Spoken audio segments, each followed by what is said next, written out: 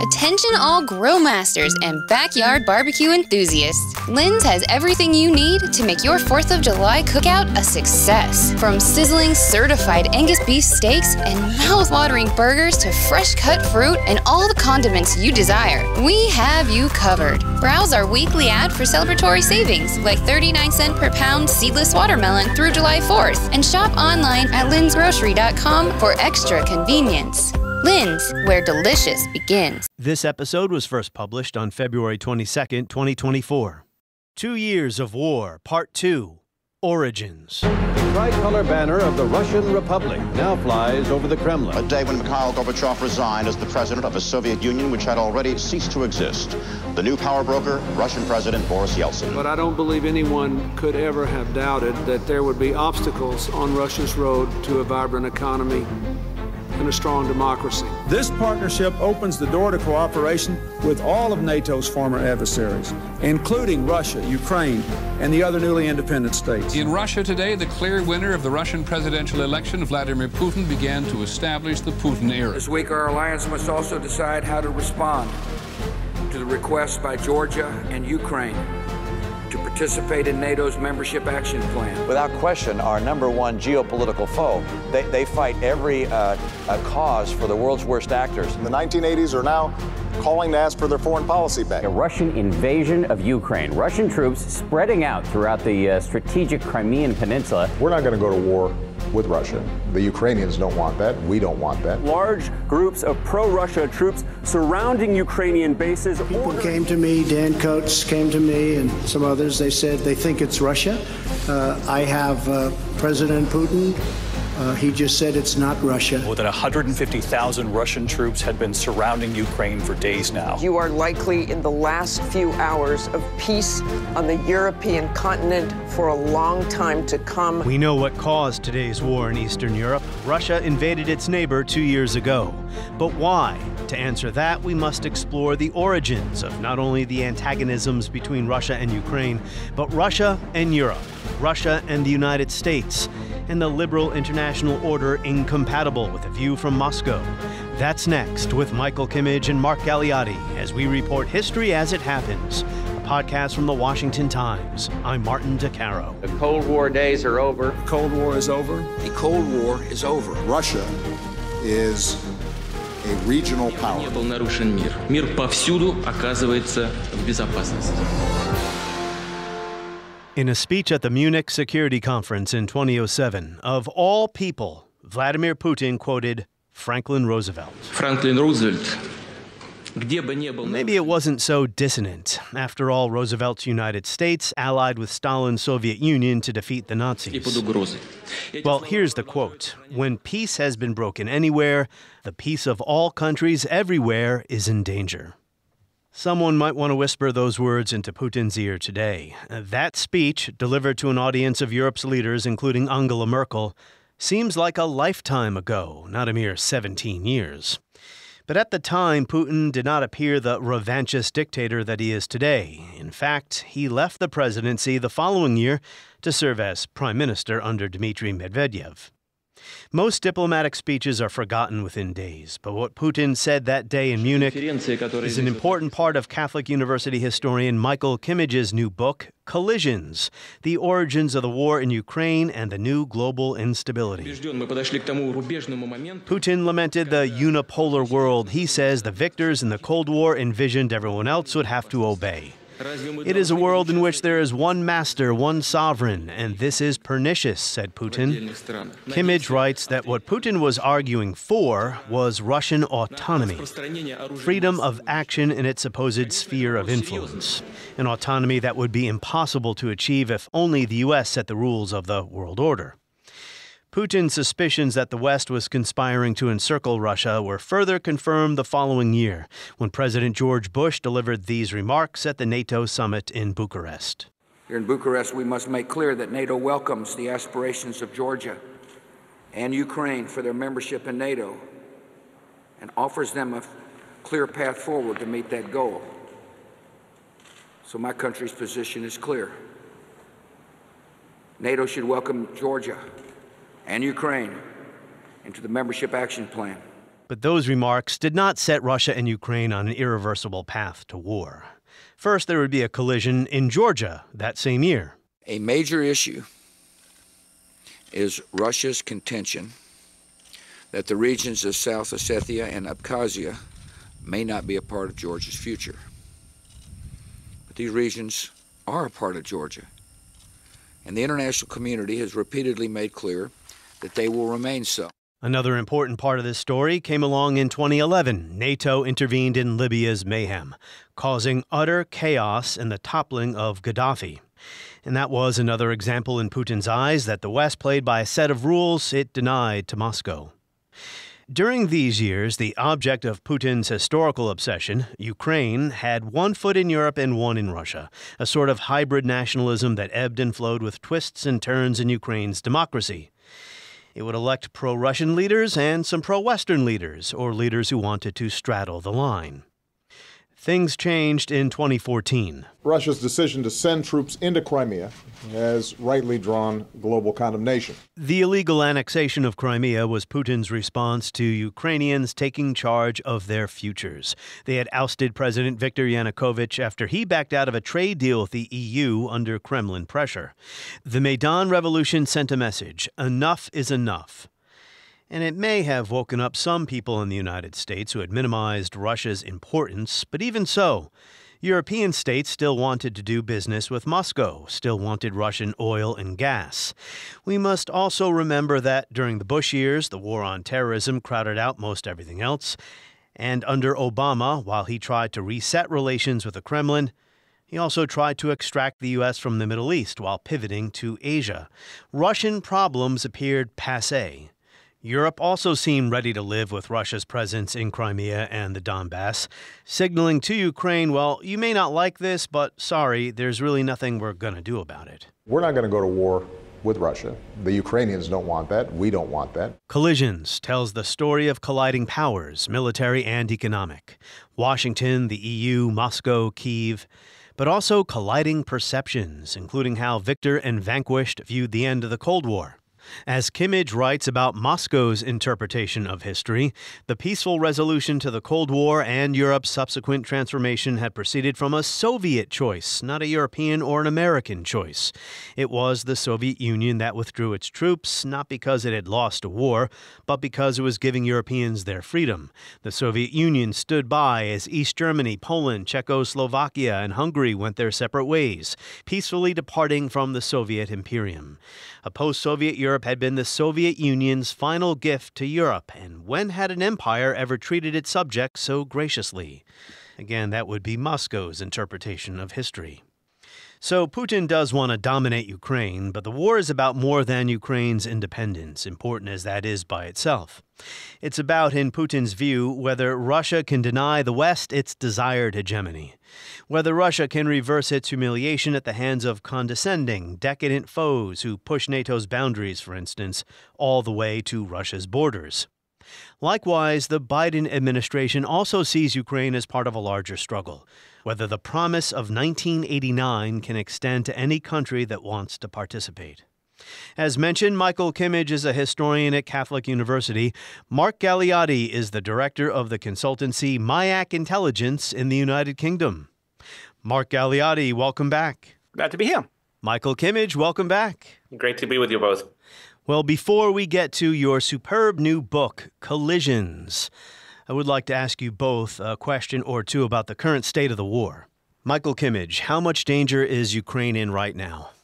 Well, the danger is not imminent of something very dramatic happening, but there are Russian advances in many different places along the front, some of them extremely incremental.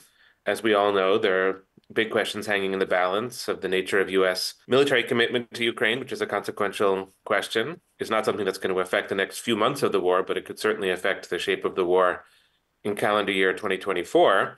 But at the same time, Ukraine just scored another naval victory in the last 24 hours, and that's one of the things that's putting the war in a somewhat different direction. So the news is not great for Ukraine, but it's not categorically bad. the days when Ukraine faced an existential threat to itself as a state have receded. Who knows what could change? But I mean, even just talking to some Ukrainian defense planners, I mean, even their worst plausible scenarios do not see Russia retaking Kyiv or anything like that. But it is a tough time. And I think generally 2024, we have to brace ourselves for the fact that in many ways, 2024 is going to see the Russians in a stronger position than we would like, and Ukraine having to struggle with a series of challenges. Maintaining aid, as Michael has mentioned, manpower. I mean, the Russians have lost a lot more people, but proportionate to population, the Ukrainians have suffered more, and that's why there's a very contentious debate about a new bill to increase conscription. And generally, the return of politics. The fact that we see a growing, I wouldn't say chorus, but let's say sort of a growing number of voices being raised criticizing Volodymyr Zelensky, which is right and proper in a democracy, but on the other hand, does sort of both hearten the Russians and also speak to some internal divisions. We have seen the dismissal of the extremely popular commander-in-chief, General Zaluzhny. For me, the big danger is less on the front line. The Russians may well take the city of Avdiivka, but it's unlikely there'll be any sort of major advances beyond that. It's actually in Ukraine being able to muster its will to continue what is now clearly going to be a war that is going to last, at the very least, into deep 2025 and quite possibly beyond. I'll just note to listeners that by the time they listen to this episode, the current aid package in the U.S. Congress may have been approved or not, but I think the issue of aid is going to continue to be a big one as the year proceeds into the election year here in the United States, because as long as the war lasts, Ukraine is going to continue to need more and more billions to sustain its war effort. It simply can't do it on its own, and that is a thorny issue in U.S. politics. Is a negotiated settlement impossible, Michael Kimmage, as long as Putin is in power? Because there's an argument out there that if Ukraine does not get enough assistance, it's going to have to go to the negotiating table and not have a lot of leverage with Vladimir in Moscow. The U.S. and the partners the U.S. has supporting Ukraine should approach diplomacy, any diplomatic problem, with an open mind. And it's legitimate to be exploratory and not to write the script for Putin that's of our authorship, and, to sort of explore what the Russian positions are, because often we don't quite know or we misjudge. And that's the first point I would make. Second point I would make is I don't think that a negotiated settlement is anywhere near in the works and is very likely impossible as long as Putin is in power, given what seem to be Putin's hard and fast ambitions for Ukraine, which I think, or I assess, as still equivalent to some partition of the country and some light to medium to heavy evisceration of Ukrainian statehood, whether through missile attacks or through other efforts to subvert Ukrainian statehood. I don't think that that puts Ukraine in a position to make any kind of deals. And of course, what haunts all of this is that a deal of sorts was struck in 2014 about Crimea and the Donbass, a pretty sloppy deal. And from those territories, Russia invaded Ukraine in 2022. So that's not something that Ukraine can allow to happen twice, and that, I think, casts many shadows or many doubts over the prospects of negotiation with Russia. Yeah, Mark, Putin can see what's happening. He knows that Ukraine is in danger of maybe not having enough assistance from the United States. He doesn't seem to care that something like 10,000 soldiers have been killed and wounded trying to take that one town you just mentioned in the eastern part of the country. So why would he negotiate if he sees that he can possibly win, however he might define winning? Well, I think this is the point. At the moment, as Michael said, there is absolutely no prospect of any kind of negotiations. And a large part of that is precisely that from Putin's point of view, he thinks time is on his side. He thinks that exactly he can, both push the front lines forward from his point of view, but also that over time, and this is not entirely unconnected with American politics, but over time, Western unity, the Western will to continue to support Ukraine will diminish. So basically, the longer he holds on, the better a deal he can eventually strike. That said, I do think that there will be scope for some kind of negotiation. Look, almost every war ends with a negotiation. And sometimes it's the negotiation that ends the fighting. And sometimes the fighting comes to a halt and then the negotiations begin. But the point is that this is not a war, fortunately, which is likely to end with Russian tanks then rolling into Kyiv. It's certainly not a war that's going to end with Ukrainian tanks rolling into Moscow. There will have to be some kind of talks. And we obviously can't trust Putin. But most of the negotiations we make are precisely with people with whom we are antagonistic rather than people whom we trust and our friends. The issue is really to provide both incentives, but more to the point, clear disincentives to breaking it. Michael mentioned the 2014 Minsk deal, which was a catastrophically bad deal, and a classic example of what happens when powerful people commit themselves to making a deal, can't come up with something, but they end up putting something, throwing something together just because they can't actually walk away and say that they failed. But the key thing there was absolutely no real reason for the Russians to comply. So I think the thing is, it's going to be about leverage. And I know this is looking a long way in the future, but a lot of the debate at the moment is about how maybe the West will have to reduce aid in order to compel Kyiv to talk to Putin. As far as I'm concerned, that's exactly the wrong way round. If there's going to be any kind of negotiation, Ukraine has to be in a stronger position. So in other words, it has to both have its own forces, its own defense industries, so it's not dependent upon foreign aid, and also probably NATO membership to give it that kind of degree of security guarantees so that Putin has a reason to follow any negotiation. We can't trust him, but on the other hand, we can deter him. Well, I had written off NATO membership for Ukraine. You think it's still possible or necessary?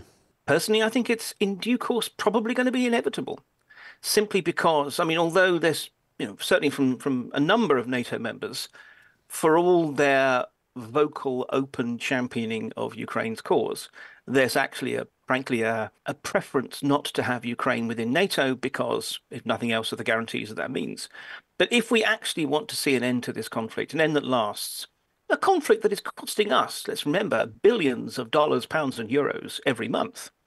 Well, if we really want that to end, then it's hard to see how that can be without, if not the Article 5 guarantee that NATO membership provides, but something that is pretty much analogous. And if we're giving the Ukrainians an analogous protection, frankly, I think it would be a lot stronger if it was actually NATO membership. So I suspect that although a lot of people would rather not, I think it's going to come down to the fact that it probably will be an integral element of any final deal.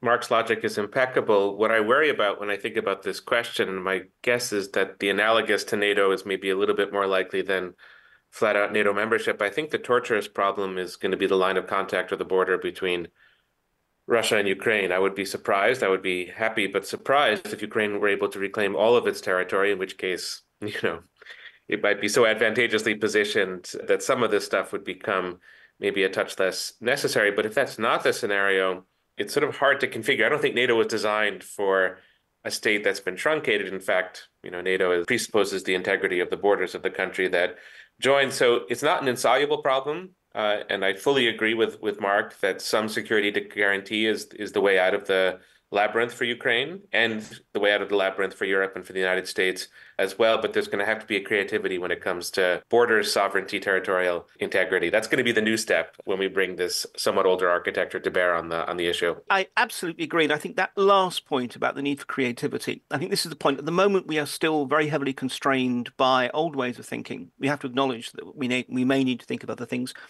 Analogous to NATO security guarantee, my one big concern is it may have less credibility than NATO membership, which might give the Russians more of an incentive to test it. But the business of the line of contact, and this will immediately make me vastly unpopular with many of your listeners. That really is linked to the fact that we may well have to acknowledge that this war could end with the Russians in some kind of semi-legitimate control of portions of Ukrainian territory. Whether that's just Crimea, whether that's more, I have no idea. It'll all depend on the battlefield. And people will rightly say that that's rewarding aggression.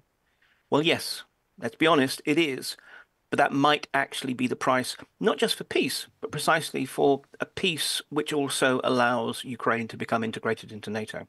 Well, no one has to recognize Crimea, the annexation of Crimea, Mark, to your point, and the Donbass region now uninhabitable, depopulated and a drag on Russia's economy. So, I mean, some have observed before this major war broke out that Ukraine would be better off without those parts of the country anyway. We can get into that now.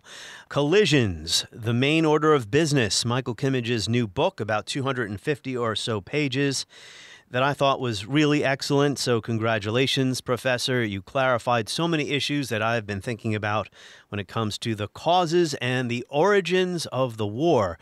Why did you write a book about the war's origins at this moment in history? Well, first of all, thank you for the kind words, Martin.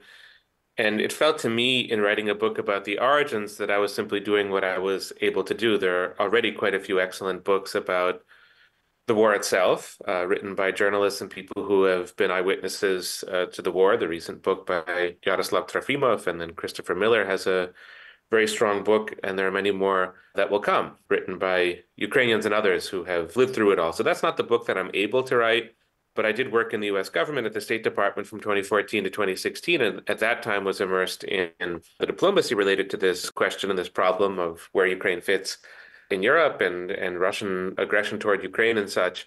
And every big historical event, I think the First World War is what comes to me most readily to mind. Every big historical event demands a debate and a discussion about origins.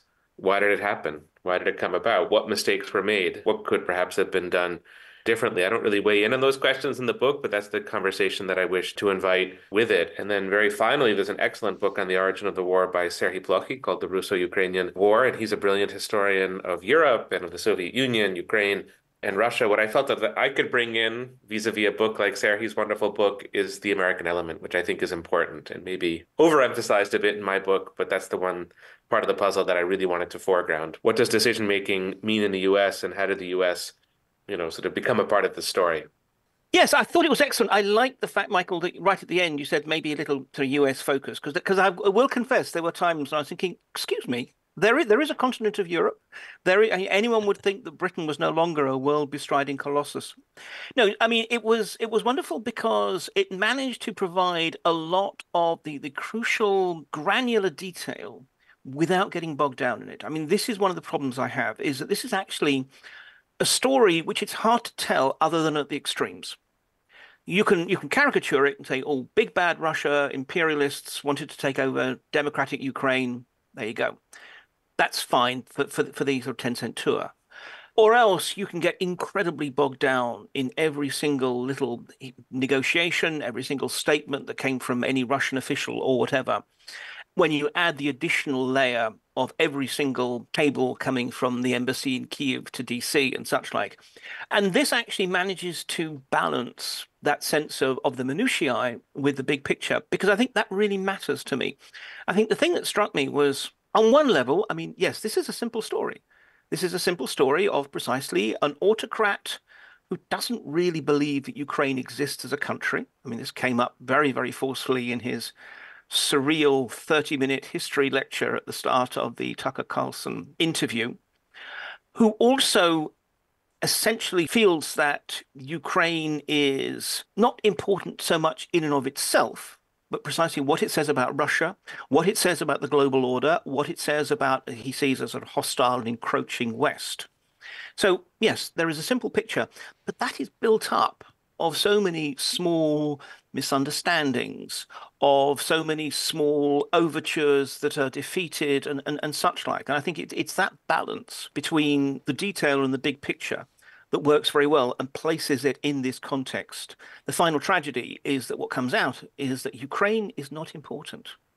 Ukraine is the battlefield within a much wider struggle. I mean, obviously, Ukraine is important, especially for Ukrainians. But, in terms of how this fits into Putin's narrative. That's my takeaway as well. As they say, brilliant minds think alike. Well, there's only two brilliant minds out of the three in this conversation.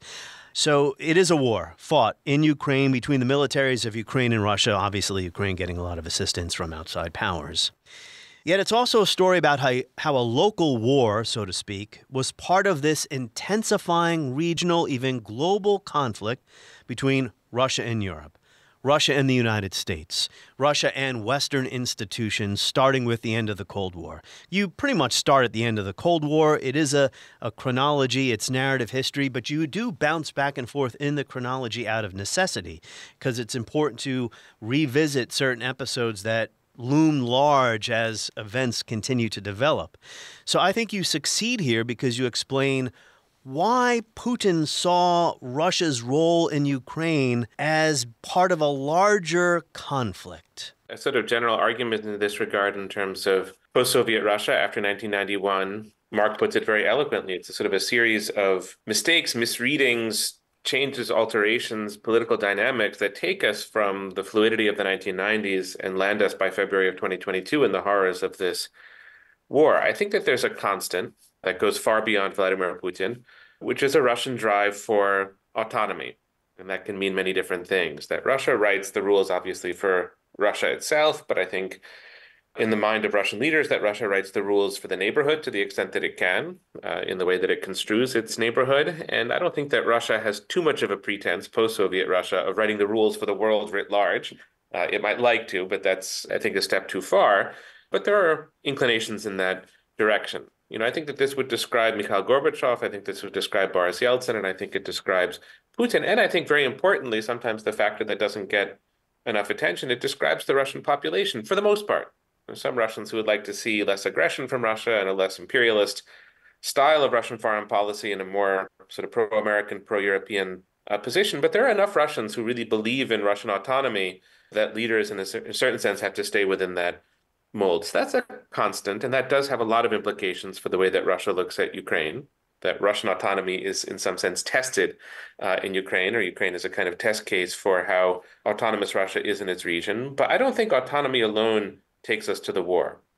I think the first point is the sort of general drive for autonomy. The second is some of the particularities of Putin's character. And here Ukraine does matter beyond what it tells us about U.S.-Russian relations or U.S.-Europe relations, Russian views of international order. Putin develops, maybe he has it already before he becomes president, but he develops this sort of civilizational take on Ukraine. I had dismissed this as sort of hot air and the kind of things that leaders do in their spare time. But I think it's hard not to take this seriously by the summer of 2021 when Putin's writing about Ukrainians and Russians as one people and these kind of religious overtones that this attitude toward Ukraine can have. And so I think there is a way in which Putin sort of sees himself as reconstituting the Russian peoples or the Russian lands. And this takes Putin to a radical position that I think actually a lot of Russians are not signed on to and would have found pretty baffling if they had been asked to weigh in on it before the war. But this is a kind of necessary second ingredient. So the drive for autonomy has always been there. It's always been applied to Ukraine. That's not Putin's innovation. But late-stage Putinism, which is maybe after 2011, 2012, certainly after the annexation of Crimea, is becoming more ambitious, more civilizational in nature, and I would say also more radical. So, you need those two things to come together in the decision to invade. And much as I would like to say that this is not just a story about Putin, obviously we can't take him from the picture because he exercises enormous power in this particular area of Russian life. Well, he's been the most important causal mover in this whole story since the late 1990s to present. But of course, he drew so much of his worldview from what happened to Russia during the 1990s, Mark Galeotti. Yeah, I think this is one of the interesting things. And this is one of the reasons why I'm still unfashionably optimistic about Russia in the long term, is precisely that if you look at Putin, if you look at the people around him, Putin's 71, people around him are generally between the ages of 68 to 74, 5 or so. They're all very much products of not just the Soviet Union, but also of the collapse of the Soviet Union and that inability to cope with the loss of superpower status. End of empire is tricky. We Brits know it, the French know it, I assume. And it takes decades to actually sort of work through. Frankly, neither Britain nor France truly have thoroughly sort of metabolized their new status. So I think in that context, I was very struck by something that Mike said about precisely there is a sort of a broad sense of Russia needing to be autonomous and having a certain sort of place in the world that is shared by most Russians. Absolutely. In some ways, where I would see the real fault lines is, what do you do about it? One can look at, for example, the European Union and the United States have very, very different approaches to projecting their interests in the outside world. The European Union likes to call itself a regulatory superpower. It more or less says, you want to trade with us, you've got to follow our rules. The United States, I think it's fair to say, is rather more muscular in its approach. I mean, how many aircraft carriers does the European Union in total have? But you might say that they're both seeking, in a way, to actually do what they can within certain rules of the game to shape the world to their advantage and convenience. That's what everyone does. And I think in Putin's case, it very much reflects the fact that he's, of his generation. He's quite a 19th century geopolitician. As Mike said, part of that is that sense of a sphere of influence. But also, he's a product of an imperial age in the sense of, if one looks at how the Soviet Union looked at the world, essentially you were with us or against us. There was not really that sense that individual countries, again, we're back to that, had agency of their own. And likewise, the whole notion of empire tended to bring with it the sense that the world is divided between those countries that actually get to shape the destinies of others, and those countries where the only real question is who owns you. And I think this is also what we found with Ukraine. That sense of, well, look, if we don't own Ukraine, that means that someone else does. The Europeans, the Americans, the collective West as a whole. And so, I mean, I think in this case, again, we're once again the point where, although there are some levels in which absolutely Putin is channeling deeper, more broadly held Russian values and attitudes, Russia has never really had to come to terms with its imperial past. It's always had an alibi. The revolution in 1917, all that bad stuff, no, that was the Tsars, nothing to do with us. Collapse of the Soviet Union in 1991, all that bad stuff, no, that was the Bolsheviks, the communists, not us. So, this is a country that still hasn't come to terms with that particular demon. So, yes, on the one level, he is channeling a Russianness. But on the other hand, he is determining the idiom, the way that gets expressed. And particularly at a time when he is coming towards the end of his maybe life, maybe political career, and he's looking to build his place in the pantheon of the great Russian state-building heroes. And from his point of view, well, Belarus is already a bit of a vassal, and now we bring Ukraine back into the fold, and just as the sort of gathering of the Russian lands, the kind of the great project of Tsar Ivan the Great and then his grandson Ivan the Terrible, well, likewise, Putin is also seeing it in terms of a sort of great historical mission. So this is the interesting sort of thing, which again does come out in the book, is that sense to which there is a, shall we say, a Russian national identity and a Russian national sense of destiny that is modulated through Putin's own assumptions about how politics works, what the best instruments are at his disposal, and, to be blunt, his own personal time frame. Your treatment of this subject has me more convinced than ever that there is no systematic ideological system underpinning Putinism. This is about, well, he does have a certain worldview, of course, and a view of history, but this is about simple state patriotism and Russian state power. Well, there's a lot to that, of course, in the case of Putin, and I agree that it pretends to be more systematic than it truly is, and I'm very, very sympathetic to everything Marcus just said about the importance of discrepancies between the Putinist vision of the world and what it is that Russians in aggregate wish from their country or the kind of role that they seek for their country. It's, of course, not incidental to this that Putin has become a dictator over time. And so, in a sense, he has a lot of power to exert his will over the country, but we become less and less knowledgeable in a way about what Russians truly want. And so, in that sense, to speculate about the space between Putinism and Russia is now more important than ever. But I just wanted to mention that there's a problem that I faced as a historian of this period, and I wanted to outline it. Of course, would be very curious to get Martin, your and Mark's thoughts about this, which is that when you look back, you have these 4 years, 2008 to 2012, the Medvedev years. And now it's very easy, it's tempting to just dismiss these 4 years as nothing other than a puppet show.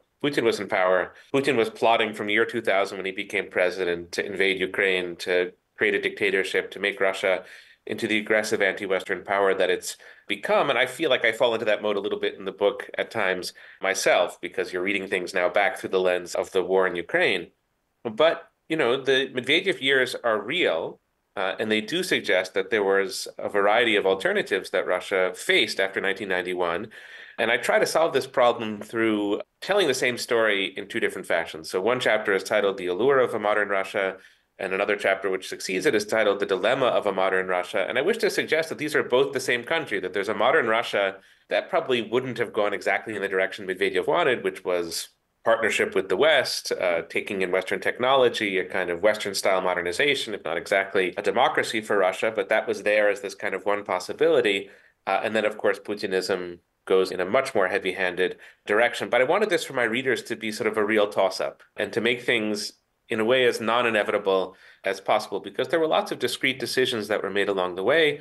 And there were elements to the story on the Russian side that I think are somewhat accidental. The sheer circumstance that Putin has been in power for as long as he's been is something of an accident of history. So I want to resist rereading all of Russian politics and history now as just a preamble to the war, at the same time that I'm eager to try to tell the story of the war and understand what its roots are in Russia. But I would love to get Mark's thoughts about how we now deal with this problem of the Russias that didn't come into being prior to the war, but were still real before 2022. Yeah, I think it's a really important question. I wish I had a nice, neat answer that says, oh, it's just like this. Alas, I don't. I'd first want to sort of outline a parallel dilemma that we face. Is just as there are Russias that could have been and weren't, there's also Putins who could have been that weren't. I mean, I think, one of the things that I think is really important, and this is why I'm glad that you push the origins back as far as you do, rather than just simply think it's something that started with the Euromaidan of 2013, 2014 or whatever, is precisely the sense that Putin himself has changed over time. His attitudes, his views. This is a man who, for entirely pragmatic reasons, in his early years as president, he was very keen on trying to build some kind of a relationship with the West. He was talking about close interaction. There was never a sense that he wanted Russia to become a democratic Western state, as we would understand it. But he thought that he could have a modus vivendi with the West, which would more or less be, look, you have your sphere of influence and you do what you want with that, and you leave us with our sphere of influence. I mean, it's a little bit like Boris Yeltsin's own request to Bill Clinton, saying, just let us have Europe.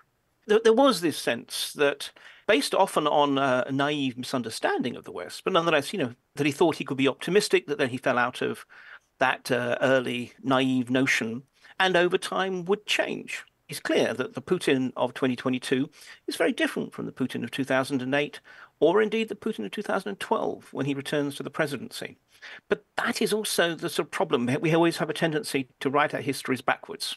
We start with what happened and then try to explain it as if it's some kind of teleological process that, of course, it was going to lead to war. Let me bounce a question back to you. I know it's one that you want to ask, Martin, so I'm actually preempting you ruthlessly. No, you're the co-host today, Mark. You're the co-host. Yes. Go ahead. When actually Putin made his decision. I'm just reading this. I mean, you would push it sort of earlier. In my view, even that week before the actual invasion, I still think even at that point, Putin was still deciding between continuing the effectively political economic blockade that having his forces on Ukraine's border was creating, a limited operation just simply to seize the Donbass in southeastern Ukraine, and then the full-scale invasion that he eventually committed to. I think this is it. We have to acknowledge that these things are not always carefully planned out. We who so often lead chaotic, dysfunctional lives ourselves often have a tendency to assume that sort of great world leaders somehow are a hell of a lot more well screwed together than they really are. Michael, I want you to respond to that, but I'll just add a brief remark here. I agree with Mark. I think prior to this, Putin had been much more shrewd and calculating and cautious.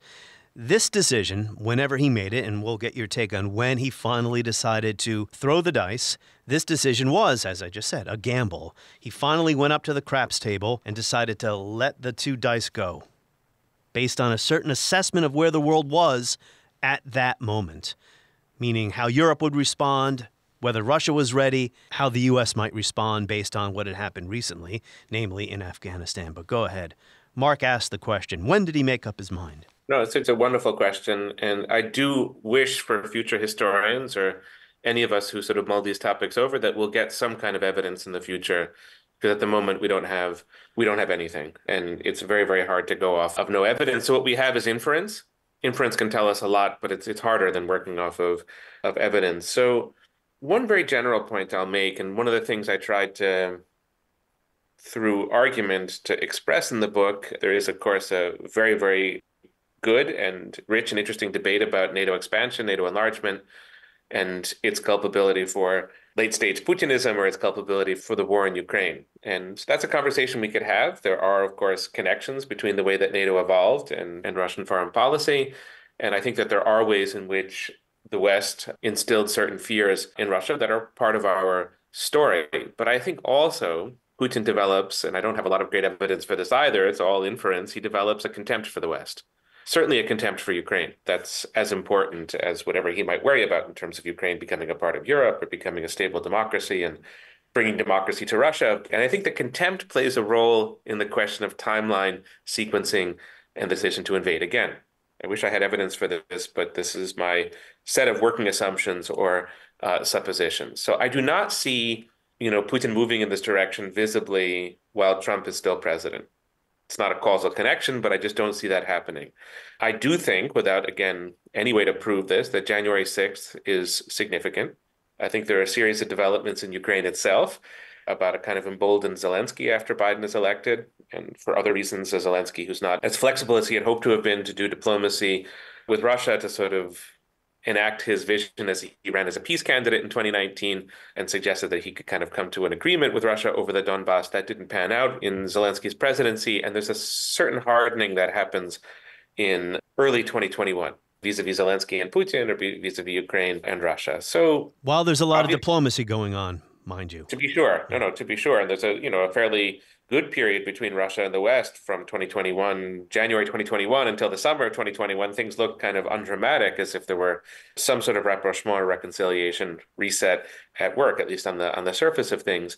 But, the first military buildup is probably easiest to understand as a feint that bought Putin a certain amount of confusion the second time he would do the buildup in the fall of 2021. So he had to have been seriously considering the option of a major invasion in the spring of 2021, even if he had not committed himself to it. I think he did want to meet with Biden and so to see what Biden would offer. Does Biden want to cut Russia a break because of the competition between the U.S. and China? There might have been that sort of speculation in the spring and summer. Obviously, Afghanistan, I think, is quite important, a sense of the West in disarray and problems in the White House and elsewhere. The second buildup in the fall of 2021 does seem to be very, very serious.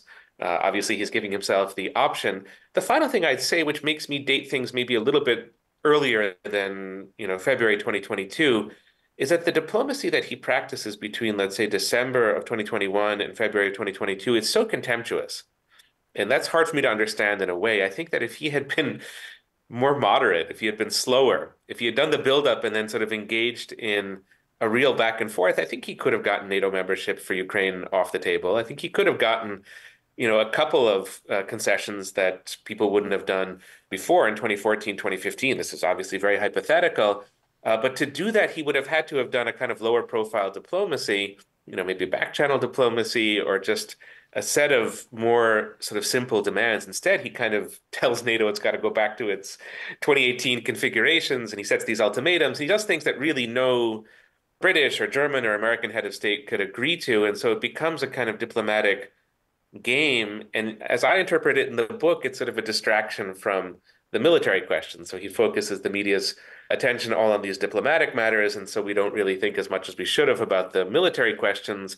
And then he does succeed in taking Ukraine and a lot of people by surprise in February of 2022. So if the diplomacy had been a little bit more pragmatic, I think I would certainly favor the idea that Putin was really exploring his options in the 6 months before the war. The manner of the diplomacy tells me that he may have, or suggested to me that he may have made up his mind, and the diplomacy was not exploratory, but intended more for distraction. But I would like to acknowledge how difficult all of these questions are. They're really, really hard to work with. Mark used the term discrepancy before. I think that's the perfect word to use when it comes to Putin's worldview. And I do want to move on to the U.S. and Ukraine as other key actors in this story. But one more point about the man in the Kremlin. On the one hand, the West is weak and decadent. On the other, it's surrounding Russia trying to humiliate Russia, even defeat Russia, pushing NATO to our borders, EU membership for Ukraine, etc., etc. So there's a discrepancy there. And I think in all of his views, you can see both fact and fiction. He could point to what happened in Afghanistan with the pullout as saying, well, that's U.S. weakness. So there are contradictions in Putin's worldview that are hard to reconcile. But what I think you also do here, Michael Kimmage, that is so important, is that you remind us that through many of these years, because right now this war is crowding our vision, it's all Russia, Russia, Russia. During the Bush years and during the Obama years, Russia was not important in the big scheme of things, or on the list of priorities. U.S.-Russia relations had slipped down the list. And maybe there was a problem there as well. Underestimated, did not pay enough attention, marginalized Russia. The soundbite I've played more than probably any other when it comes to this topic was President Obama. Russia is a regional power. Yeah, America's got a whole lot of challenges. Russia is a regional power that is threatening some of its immediate neighbors, not out of strength, but out of weakness. Ukraine has been a country in which Russia had enormous influence for decades, since the breakup of the Soviet Union. We have considerable influence on our neighbors. We generally don't need to invade them in order to have a strong cooperative relationship with them. The fact that Russia felt compelled to go in militarily and lay bare these violations of international law indicates less influence, not more. This is, look, I mean, this is a danger with trying to psychoanalyze political leaders, doubly so trying to psychoanalyze whole countries. It is striking the degree to which actually the relationship with particularly the United States, on the one hand, fear and resentment, and indeed a degree of contempt, as Michael said, but at the same time, a desperate desire for validation, to be considered a peer, an equal, a serious country, hence the truly ferocious response to that comment from President Obama. And I think in this context, I mean, I think going back to, Michael, your kind of assessments of how the United States treated Russia, the thing that often struck me was actually that there was always a lot of expertise within the boundaries of the Beltway. There was a lot of people doing diplomacy, but it somehow seemed to hit a ceiling. Exactly. It didn't really ultimately matter enough. And that's the problem, because I don't want to make this sound as if I'm presenting Putin as some kind of infant having a tantrum. But on the other hand, there is a degree to which actually the Russians do, or the Russian government, the Kremlin, does seem to have been pushing against this sense. No, look at us, pay attention to us, pay attention to our interests and our needs and what we say.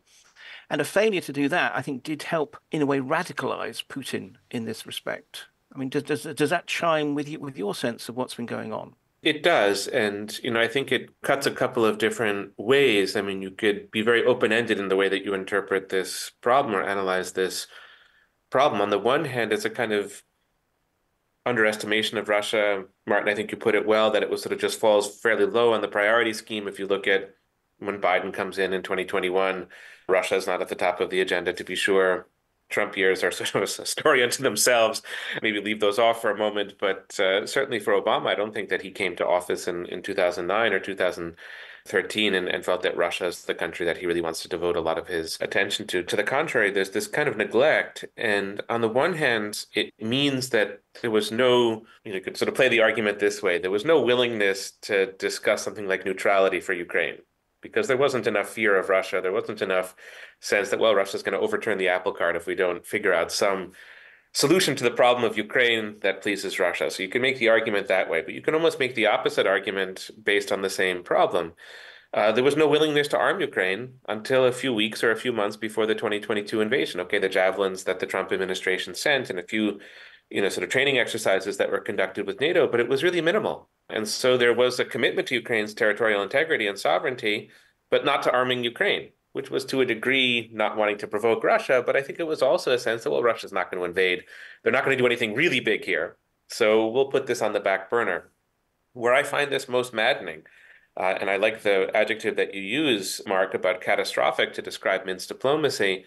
These were the deals that were struck between 2014 and 2015 to put an end to the first phase of this conflict between Russia and Ukraine, is that we set all of these terms. We, Europe and the United States, set these terms that Russian soldiers have to get out of eastern Ukraine and the Donbass, and sanctions are pegged to that outcome, and the Russians don't get out, and nothing is done.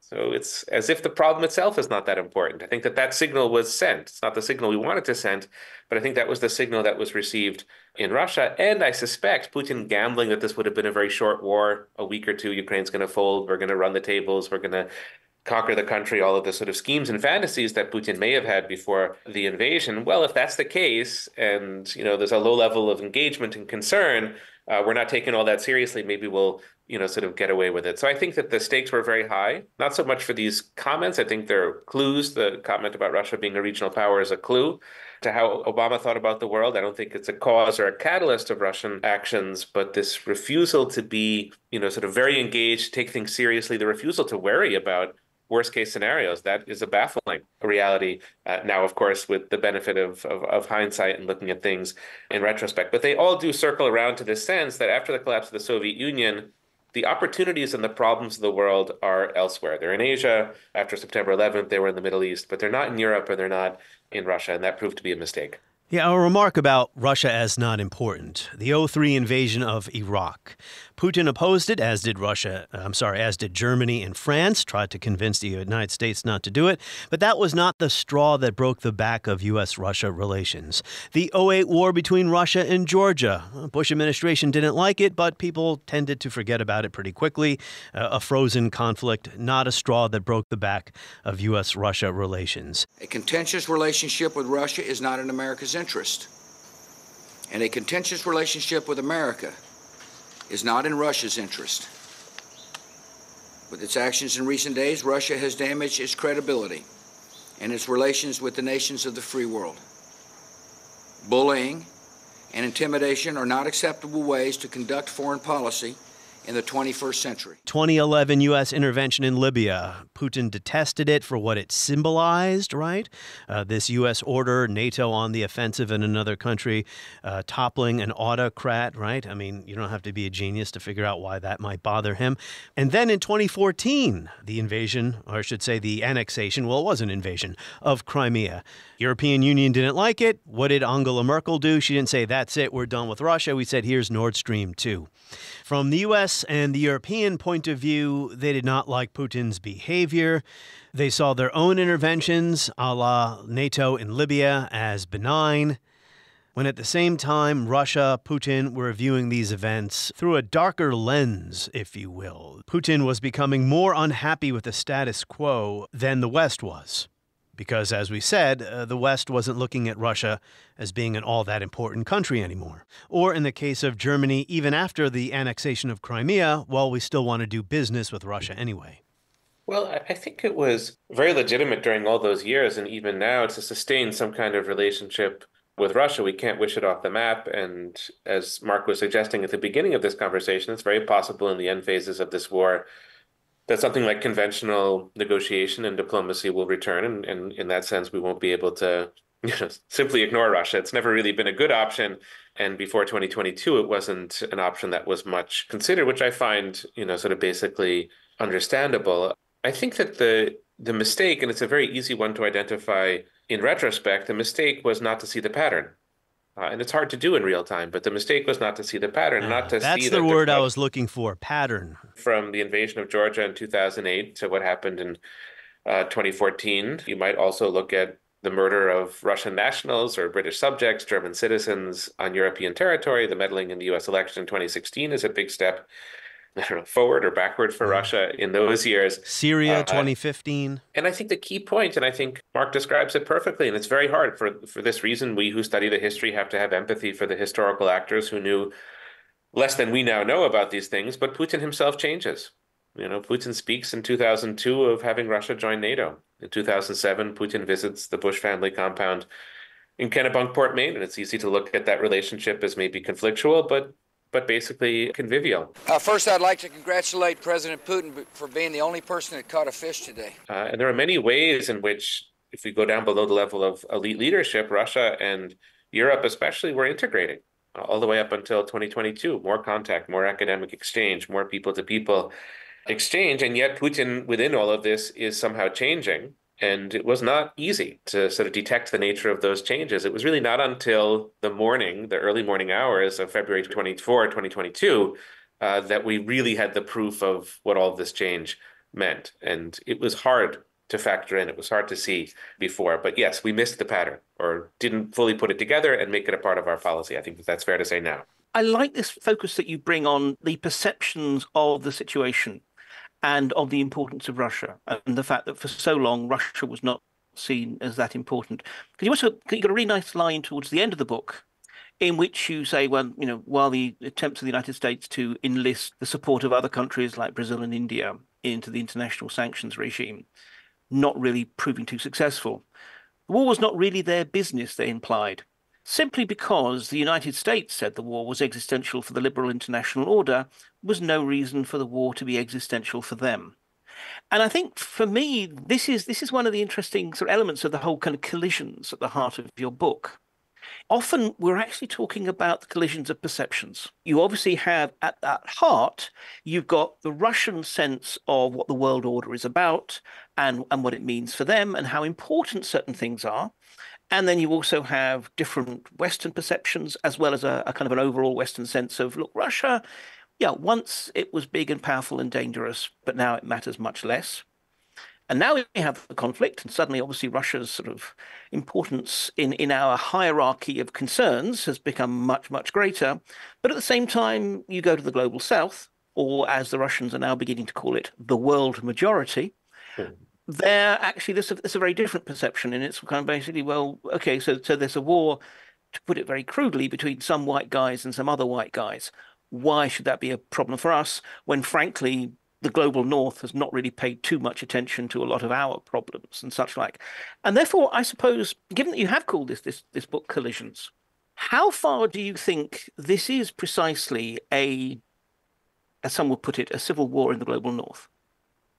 Or how far do you think this is, as you also frame it, a genuine, serious challenge to a global order that actually has much, much more important systemic implications for everybody?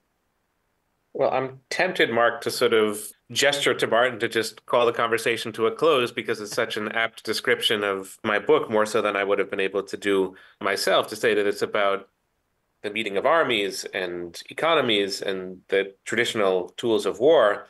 But more than anything, this is a matter of collision of perspectives and of worldviews, and not just of a handful of leaders, but really of populations and peoples as well. So I think I'm just startled by what accurate and useful framing this is for the book that I've just tried to write and for the story that I've tried to tell. And so let me just offer a very few brief concluding thoughts about this as a civil war in the global north, as you put it, or something that reaches beyond it. And I'm not sure if the 21st century is going to replicate the 20th century in this regard. I think that there is a category of difference between big conflicts in Europe and many big conflicts elsewhere, not all big conflicts, but many big conflicts elsewhere, which is that the ripple effects from Europe, for reasons that we could devote another hour of conversation to, tend to be immense. So the First World War begins with the assassination of Archduke Ferdinand and has its sort of local and regional dynamics, sort of an Austria-Russia conflict, and then a Germany, Austria, Russia, France, Britain, Ottoman Empire conflict, and then, really quite rapidly a global conflict. And the same is, for different reasons, true in 1939.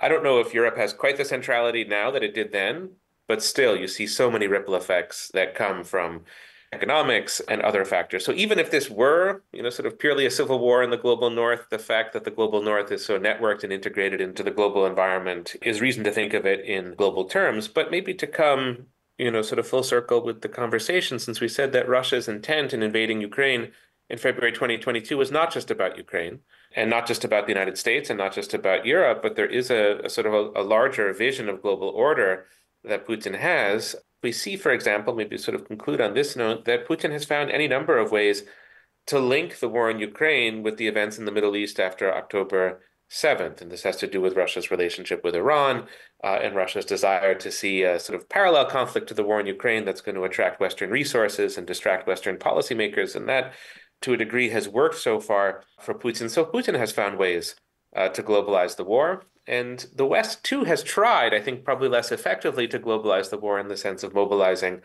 public opinion and using international institutions and all of that. And that's never been truly global, but to sort of make the final point in this regard, that the coalition behind Ukraine is a global coalition. Japan, South Korea, Singapore, Australia, New Zealand, as well as Canada, the United States, and the countries of the European Union and NATO. So there, too, we see the kind of global constructs that come into play. So global in consequence, sort of global in implications, global in its ripple effect, and in some, I would say, though rooted in a certain geography, more than a civil war in the North. Well, we could end there, but I do have one brief subject I want you both to take on. And I do mean brief. You've been so generous with your time, and that is about the Ukrainians. But one last remark about this dissonance. That's the word you use in the book, Michael Kimmage, that the U.S. and Russia, while war today was not inevitable, none of the wars of Soviet succession were inevitable, the U.S. and Russia never got over their mutual dissonance, their fundamentally different ways of viewing the world. This existed during the Soviet period, but there are continuities all the way to present day, that the U.S. and Russia never got over this fundamentally different way. The way Putin sees order is not the way Washington sees it, regardless who the president might be, with maybe one exception. So, Ukrainians, I think it's fair to say, and Mark Galeotti, you can go first, as we wrap up here, we would not be here today had it not been for the agency of Ukrainians. And I don't just mean the leaders of Ukraine. I'm talking about the Ukrainian people who rejected the rigged result in 2004, when Yanukovych supposedly won the first time, and then Yushchenko was elected on the do-over. And then in 2014, when Yanukovych, under pressure from Putin, rejected the EU trade deal, Ukrainians, the people and their leaders, wanted to join the West, especially after 2014, when they kind of dropped what Professor Kimmage called their kind of hybrid nationalism, one foot in Russia, one foot in Europe. We're here today because of the agency of Ukrainians. They want to join the West. Putin forbids it. One of the sort of the fundamental issues about collisions is that they destroy things, but on the other hand, pressure also creates things. And I think what's happened is precisely this hybrid nationalism has been destroyed by this collision. I once got into a lot of trouble. It's a classic example of how humor does not translate. When I told some Ukrainian parliamentarians that they should be putting statues to Putin up in their main squares because he is the father of the modern Ukrainian nation. Yes, and I admit that was a crass mistake. But nonetheless, the point actually is valid, that from this, all the old divisions, because, Ukraine had been through a whole variety of, frankly, incomplete nation-building efforts. But the old divisions between West and East, Orthodox and Catholic, Russian-speaking, Ukrainian-speaking, all of those matter so much less now. And so I think absolutely, this is an example of the fact that, shock horror, Putin is wrong. The world is not shaped merely by deals between great powers. Clearly he still wants that. He still thinks that somehow this war will be resolved by negotiation with Washington. But in fact, as evidence of the agency of countries like Ukraine, this has been a very, very striking case. Two concluding thoughts, and I think it's absolutely correct that we conclude this conversation with some reflections on Ukraine and Ukrainians, and these are two complementary points. The first is that in a way that is unique in modern Russian history, Russia has lost Ukraine, which was not the case in the 1990s and was not the case up until the annexation of Crimea, which is the sort of first step by truncating Ukrainian territory through violence. Already then, Putin was pushing Ukrainians away from Russia, not his intention, but the consequence of his actions. And then, of course, the February 2022 invasion, one of the astonishing details of it, just from a sort of ethnic or neighbor perspective, is that the people bearing the brunt of Russia's violence in Ukraine are very often Russian-speaking Orthodox Christian people who might have had fond memories of the Soviet Union and family members in Russia, and without this war could have felt any number of affiliations with Russia, and those have been ruptured, not to be rebuilt for many decades or perhaps even centuries. And that's an enormous shift for the region, for Ukraine and for Russia. At the same time, this is my second and sort of concluding point, whether it's through a security guarantee, whether it's through NATO membership, whether it's through EU membership or some other set of forms, I wouldn't want to say it's unimportant, but I think that the more important thing is that Ukraine has gained Europe. And I don't think that that's going to change as a result of whatever the outcome of the war is. We don't know how big Ukraine is going to be at the end of the war. We don't know what its borders are going to look like. I hope that they'll be the pre-2014 borders, but that may not be the case. But regardless, Ukraine has gained Europe. So that's a first step that was taken in 2014, sort of haltingly and on the streets of Kiev in a revolution. But now it's been sort of earned in a much more dramatic way in the course of the war itself. So Russia's loss of Ukraine and Ukraine's gain of Europe, or Europe's gain of Ukraine, you could look at it that way as well, are going to be two very momentous outcomes of this war. They are not rooted in decision-making in the Pentagon, the State Department, and the White House. They are rooted in the region and, very importantly, in Ukraine itself. On the next episode of History as It Happens, we're going to have some fun and talk about nuclear war. Well, about a movie about nuclear war. Dr. Strangelove, the 60th anniversary of my favorite movie. That's next as we report History as It Happens, a podcast from the Washington Times.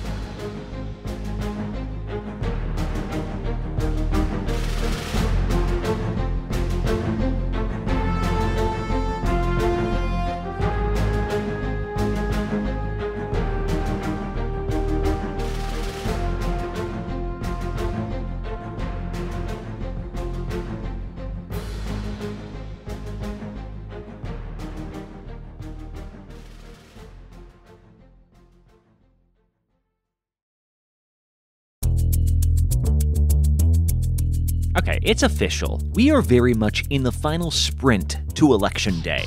And face it, between debates, polling releases, even court appearances, it can feel exhausting, even impossible to keep up with. I'm Brad Milkey. I'm the host of Start Here, the daily podcast from ABC News. And every morning, my team and I get you caught up on the day's news in a quick, straightforward way that's easy to understand, with just enough context so you can listen, get it, and go on with your day. So, kickstart your morning. Start smart with Start Here and ABC News, because staying informed shouldn't feel overwhelming.